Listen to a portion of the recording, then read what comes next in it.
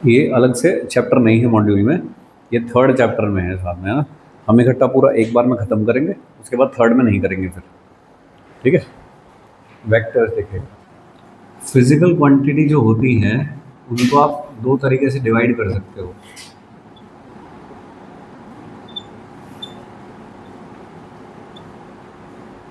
एक होती है स्केलर एंड वेक्टर। स्केलर किसको कहते हैं? जिसमें स्केलर किसको कहते हैं? लिख लो एक बार, the physical quantities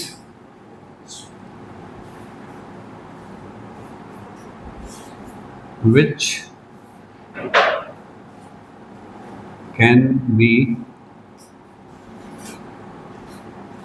completely described by magnitude only। ठीक है, कोई फिजिकल क्वांटिटी अगर सिर्फ मैग्नीट्यूड से कंप्लीटली डिस्क्राइब हो जाती है, डायरेक्शन की जरूरत नहीं पड़ती। ऐसा नहीं कि उसमें डायरेक्शन नहीं होती, ऐसा नहीं, डायरेक्शन की ज़रूरत नहीं पड़ती, उस फिजिकल क्वांटिटी को कहते हैं स्केलर।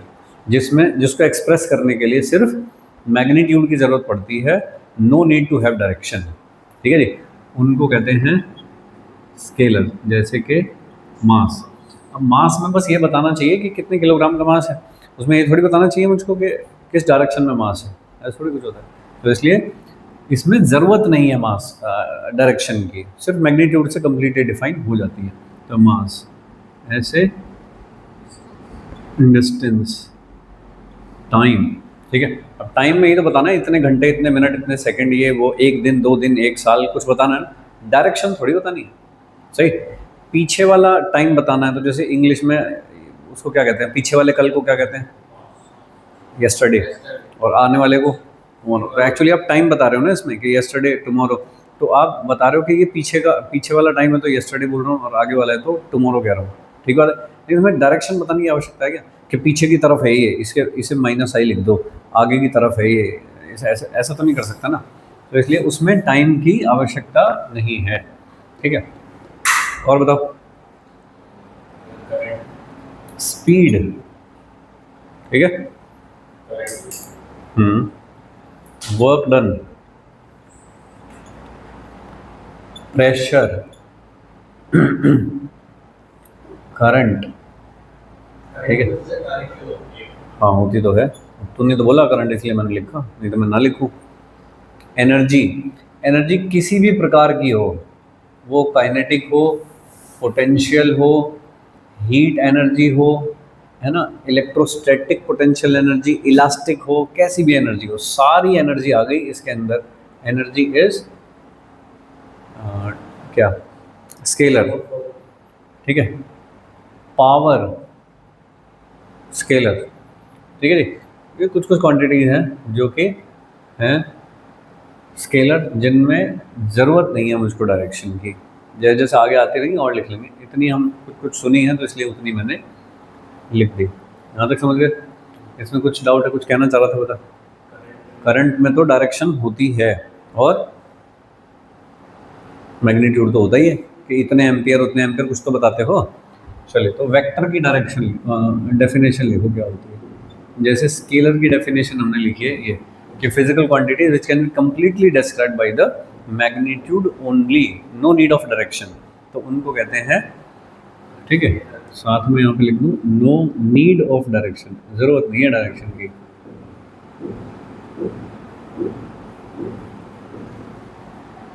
ठीक है। तो उनको कहते हैं स्केलर। वेक्टर कौन होती है? फिजिकल क्वांटिटीज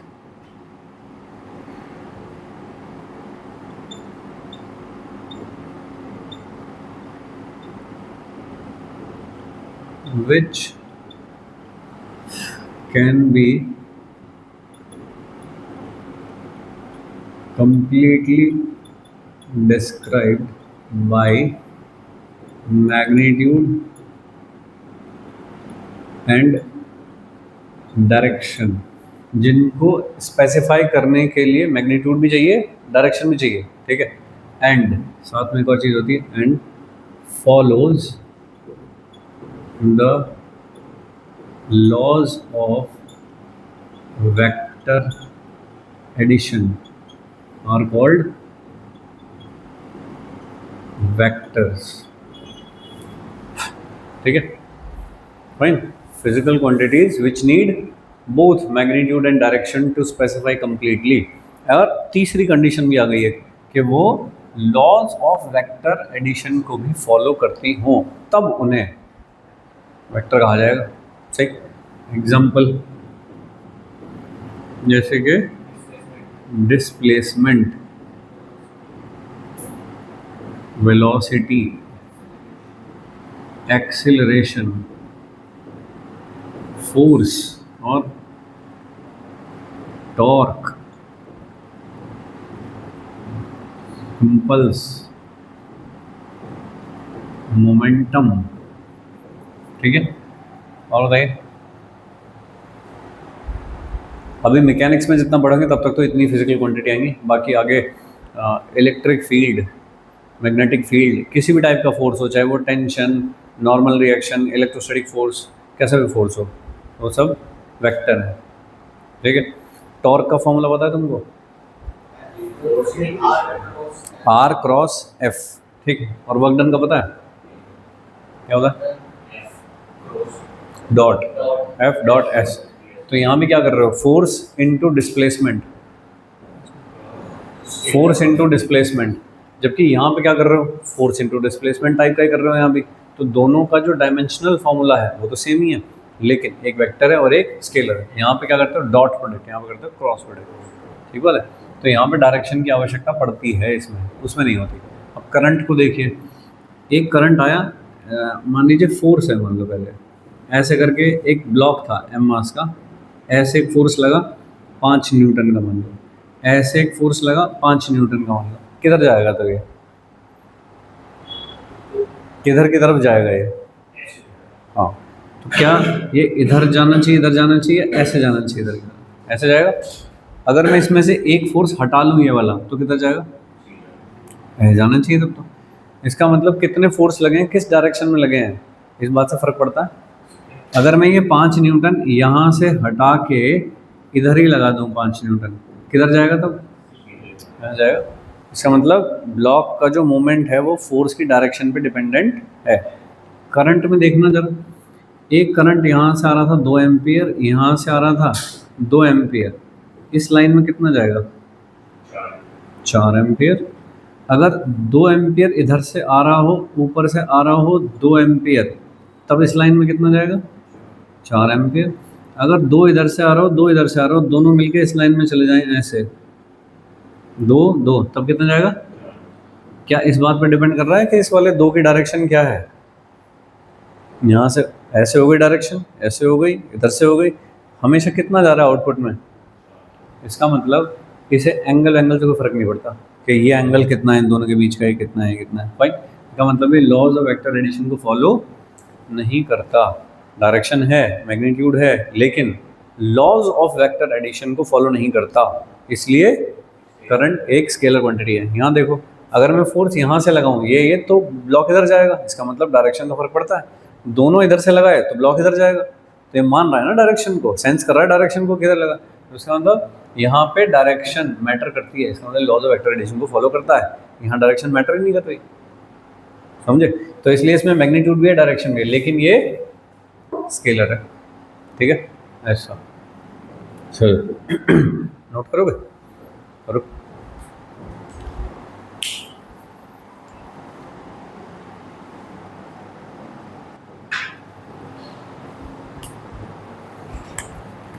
कैसे रिप्रेजेंट करते हैं एक वेक्टर को?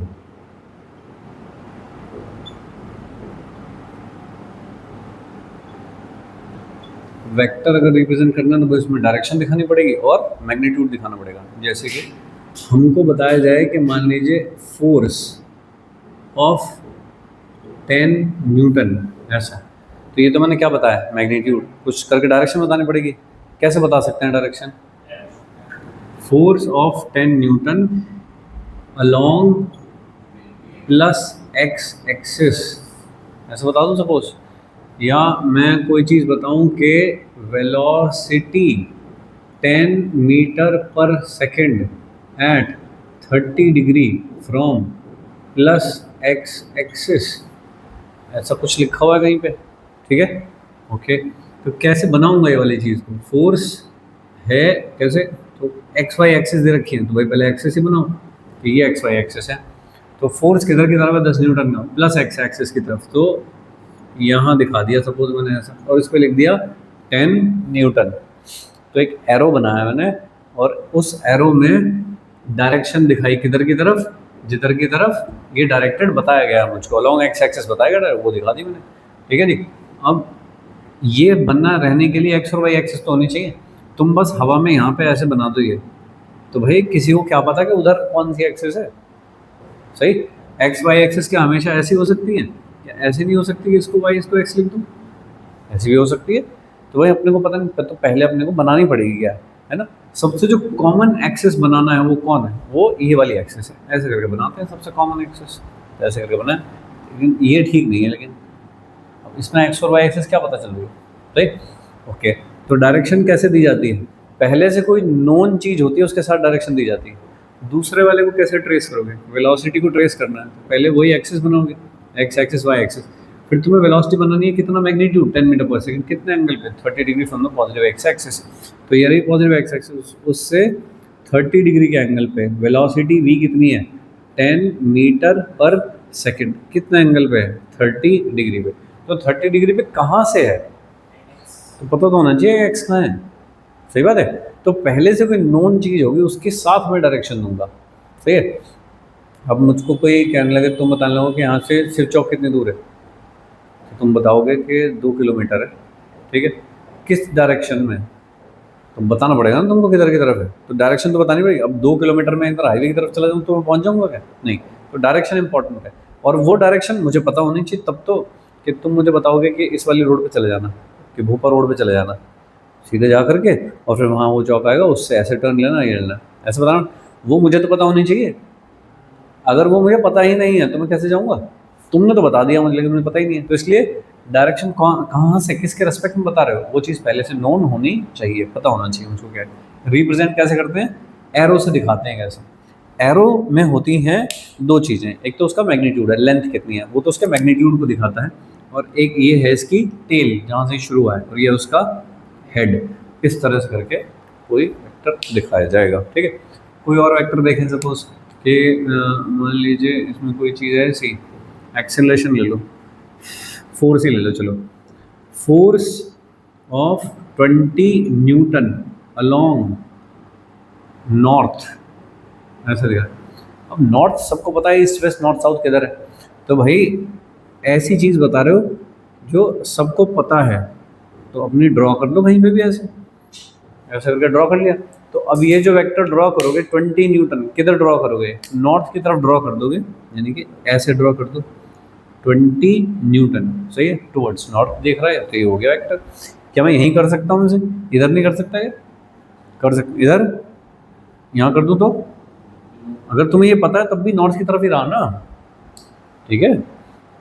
हम अगर कुछ भी नॉर्थ कहेंगे, मैं कहूँगी नॉर्थ के, नॉर्थ इधर है, तो तुम भी यही कहोगे, वहाँ खड़े हो तुम, लेकिन तुम भी उधर ही दिखाओगे, दिखाओगे तुम भी उधर ही दिखाओगे, तो सब शिफ्ट भले ही हो जाए एक जगह से दूसरी जगह पे, लेकिन उससे क्या हो जाएगा, क्या उसका मैग्नीट्यूड बदल जाएगा। अगर मैं इसे यहाँ ना करके यहाँ दिखा दूँ ऐसे 20 न्यूटन, तब क्या ये नॉर्थ में नहीं है, नॉर्थ की तरफ ही देख रहा है तब भी, तो नॉर्थ में ही है, मैग्नीट्यूड कितना है 20 न्यूटन है, हेड टेल सब कुछ है इसके अंदर, तो ठीक है। तो अब यहाँ दिखा दो, ये यहाँ दिखा दो, इस बात से कोई फ़र्क नहीं पड़ता, समझो क्या। प्रॉपर्टीज लिखिए कुछ, होता है, ठीक है, प्रॉपर्टीज लिखो, एक तुम्हें काम, सबसे पहले ही प्रॉपर्टी लिखेंगे इनवेरिएंसी,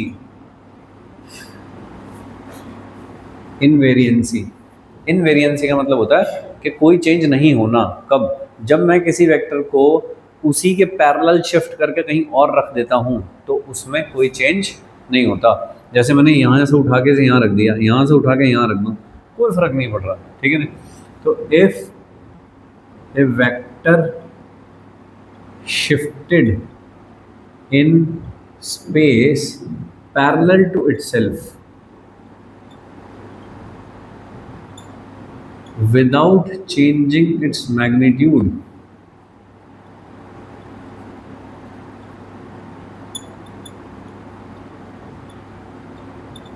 So it remains invariant, मतलब वो बदलता नहीं है। अगर मैं एक वेक्टर को उठा के स्पेस में कहीं भी शिफ्ट कर दूं उसी के पैरेलल, उसी के पैरेलल का मतलब एंगल जो भी रहा सेम रहा और मैग्नीट्यूड नहीं बदलना चाहिए, तो फिर वो वेक्टर चेंज नहीं होता। ठीक है, तो आप इस वेक्टर को यहाँ रख दो, उठा के यहाँ रख दो, वहाँ रख दो, कोई फर्क नहीं पड़ रहा, सब जगह पे सेम है। That is called invariancy. ठीक है, सेकंड लिखिए parallel vectors. Parallel vector parallel कैसे होते होंगे? क्या उनका मैग्नीट्यूड भी सेम होना चाहिए? नहीं, जरूर नहीं है। तो मैग्नीट्यूड में और may not be same but direction is same.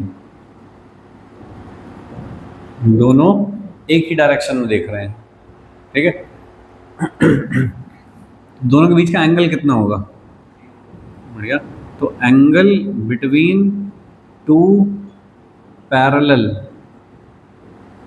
Vectors is 0। कि एक वेक्टर था ए, इसको कुछ नाम दिया ए, एक वेक्टर था ए बी, तो दोनों पैरेलल हैं एक दूसरे के, छोटा बड़ा हो सकता है, उससे कोई दिक्कत नहीं है, तो दोनों कहे जाएंगे parallel vectors. 3 anti parallel vectors. Anti parallel बताइए क्या फर्क हो जाएगा इसमें? एंगल कितना हो जाएगा? बढ़िया। Angle between two vectors is 180 degree and they are parallel to each other. तो एक देख रहा है सपोज ऐसे ए, तो दूसरा देख रहा है ऐसे B, but they are anti parallel to each other. ऐसा 180 डिग्री पे हैं दोनों एक दूसरे से। ठीक है, तो एंगल कितना हो गया है? 180 डिग्री।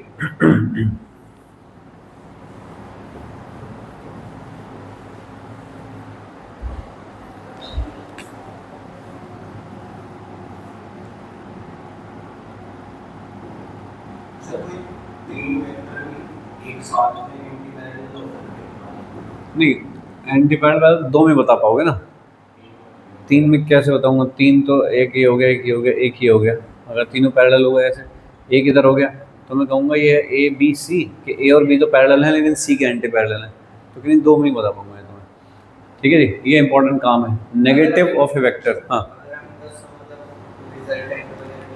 हाँ, वो तो रिजल्टेंट का मतलब हो गया ऐड करना।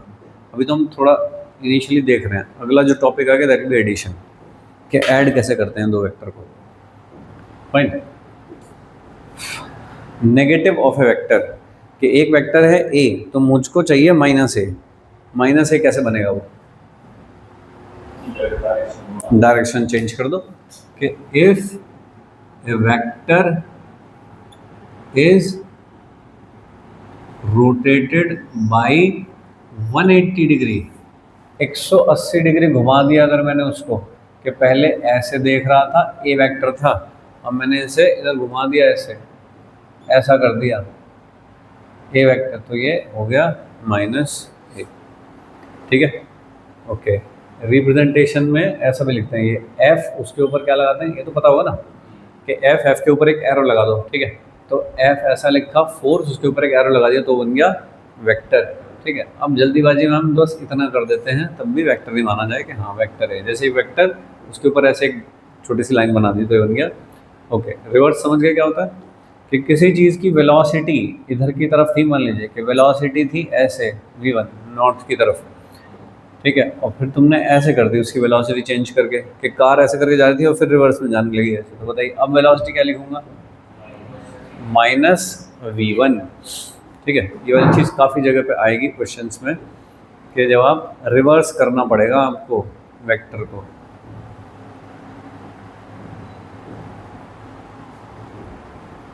Negative of A vector,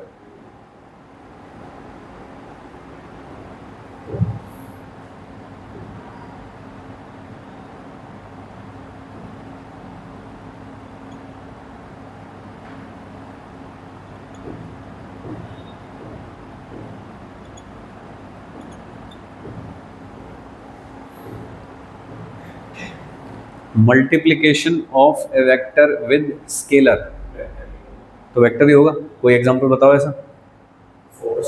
force, सही बात है। फोर्स क्या होता है, m इंटू ए, उसमें ये वेक्टर है, इधर ये वेक्टर है लेकिन ये स्केलर है। Momentum p is equal to m into v, ये वेक्टर है, ये वेक्टर है लेकिन ये स्केलर है, समझ रहे हो। ऐसे के वेलोसिटी या डिस्प्लेसमेंट है ना, displacement is equal to velocity into time. तो डिस्प्लेसमेंट s वेक्टर है, वेलोसिटी वेक्टर है लेकिन टाइम स्केलर है, तो ये तो आराम से हो जाता है काम, इसमें कोई दिक्कत नहीं है। इससे क्या फ़र्क पड़ेगा, एक वेक्टर था a, ऐसे करके था a वेक्टर एक्सेलरेशन, ठीक है, मैंने उसमें मास से मल्टीप्लाई कर दिया। मास क्या हो सकता है, मास आधा किलोग्राम हो सकता है, हाँ 1 किलोग्राम, और 2 किलोग्राम, हाँ ठीक है, 1 हो सकता है, 1 से बड़ा हो सकता है, 1 से छोटा हो सकता है।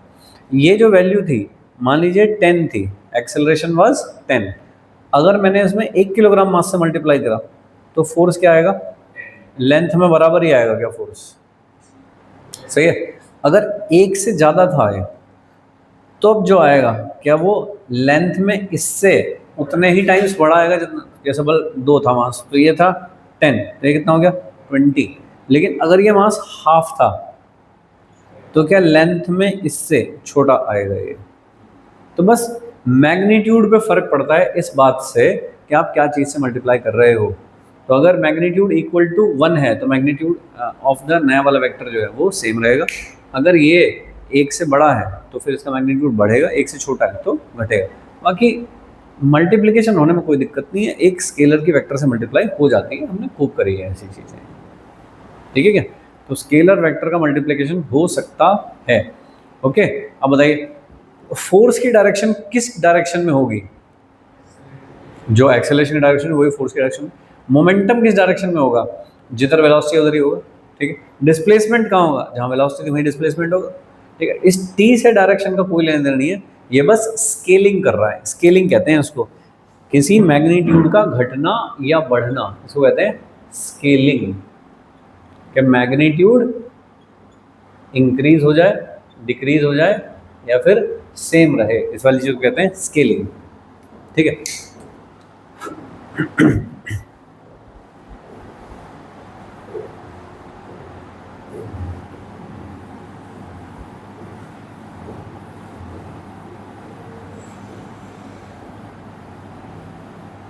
चलिए इनवेरिएंसी समझ गए, नेगेटिव ऑफ वेक्टर समझ गए, पैरेलल एंटी पैरेलल नॉर्मली पता होता है सबको, याद रहेगा, कोई दिक्कत नहीं है इसमें।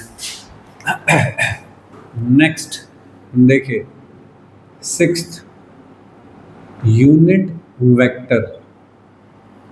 अभी बस हम इसकी डेफिनेशन लिखेंगे, आगे पढ़ेंगे स्पेसिफिकली कि यूनिट वेक्टर क्या होता है, इससे मुझे क्या फ़ायदा मिलता है। यूनिट वेक्टर होता है whose मैग्नीट्यूड इज यूनिटी 1, जिसका मैग्नीट्यूड 1 हो उसे यूनिट वेक्टर कहते हैं, ठीक है क्या। अब कोई वेक्टर है, सपोज ये वाला वेक्टर उठा लो, सपोज ये ले लो, चलो velocity v vector is equal to 10 metre per second towards north, ऐसा है मान लीजिए, ऐसा लीजिए सपोज मुझको कुछ, सही है। मुझे इसका यूनिट वेक्टर बनाना है, कैसे बनाऊंगा, इसके मैग्नीट्यूड से डिवाइड कर दो, है ना। मैग्नीट्यूड ऑफ वेक्टर v को कैसे दिखाते हैं, ऐसे, या फिर सिंपल ऐसे दिखा देते हैं, ठीक है भैया। तो v लिख के एरो लिख के उसमें ये 2 ब्रैकेट लगाओ ऐसा करके इसे, या फिर सिंपल v लिख दो, एरो हटा दो उसके ऊपर से, तो उसको कहते हैं मैग्नीट्यूड। तो वो कितना है इसका, 10 मीटर पर सेकेंड। तो अगर मैं किसी वेक्टर में, यानी कि इस वेक्टर में अगर मैं इसके मैग्नीट्यूड से डिवाइड कर दूँ, यानी कि इससे डिवाइड कर दूँ v से, तो जो आएगा उसको कहते हैं यूनिट वेक्टर। यूनिट वेक्टर कैसे दिखाते हैं? उस अल्फ़ाबेट के ऊपर कैप लगा देते हैं। ठीक है, इसको कैसे पढ़ते हैं? वी कैप, ऐसे पढ़ते हैं इसको, वी कैप। तो किसी भी वेक्टर में उसके मैग्नीट्यूड से अगर डिवाइड कर दिया जाए तो उसका मैग्नीट्यूड कितना बचेगा फिर फाइनली? 1। तो ये हो गया तरीका कि यूनिट वेक्टर कैसे बनाते हैं। डायरेक्शन क्या होगी लेकिन अब इसकी? हाँ, ये तो मैग्नीट्यूड के बारे में बात होगी, हम वेक्टर पढ़ रहे हैं तो डायरेक्शन पता होनी चाहिए क्या? तो डायरेक्शन ऑफ यूनिट वेक्टर क्या होगी? Unit vector is same as the vector from which it is constructed. जिस वेक्टर से ये बना है उसकी जो डायरेक्शन थी वही इस यूनिट वेक्टर की डायरेक्शन होगी। तो अब मैं इसे कंप्लीट लिखना चाहूँ, अगर वी कैप को अगर मैं लिखना चाहूँ तो क्या लिखूंगा बताओ? वी था वेक्टर, ये थी डायरेक्शन, वन यूनिट, हाँ, टुवर्ड्स नॉर्थ, ऐसा लिखूंगा मैं। ठीक है, एक यूनिट हो गए और टुवर्ड्स डायरेक्शन में डिवाइड नहीं होता। ठीक है, डायरेक्शन तो एज इट इज जो रहती है वो रहती है। यूनिट वेक्टर तो किस काम आता है ये? मुझे इससे करना क्या है? किस काम का है भाई बताओ? अगर किसी वेक्टर में से सिर्फ उसकी डायरेक्शन निकालनी हो तो ये काम आता है। ठीक है, किस काम का है? To extract direction from vector. एक वेक्टर में से बस मुझे उसकी डायरेक्शन निकालनी है तो यूनिट वेक्टर काम आता है। ठीक है,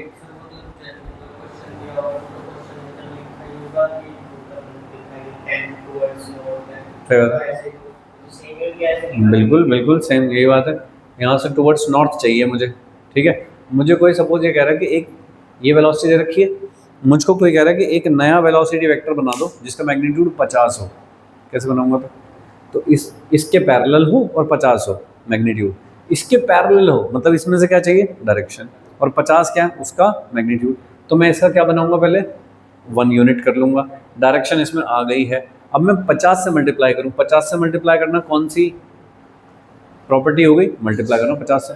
तो इस वाले वेक्टर में इंटू 50 कर दूँ तो 50 से नॉर्थ में तो मल्टीप्लाई होगा नहीं कि 50 नॉर्थ हो गया हो, नहीं, तो 50 इंटू 1 तो कितना हुआ? 50 टुवर्ड्स नॉर्थ। तो यूनिट वेक्टर किस काम आता है? किसी वेक्टर में से सिर्फ डायरेक्शन निकालनी हो तो उसके काम आता है यूनिट वेक्टर। अभी तुम्हें देख के आसान लग रहा होगा, ये तो मैं आंखों से देख पा रहा हूँ, लेकिन जब यूनिट वेक्टर आई जे के की फॉर्म में लिखा होगा तब दिखेगा नहीं मुझको, उस टाइम पे मुझे इसकी ज़रूरत पड़ेगी। ठीक है भाई?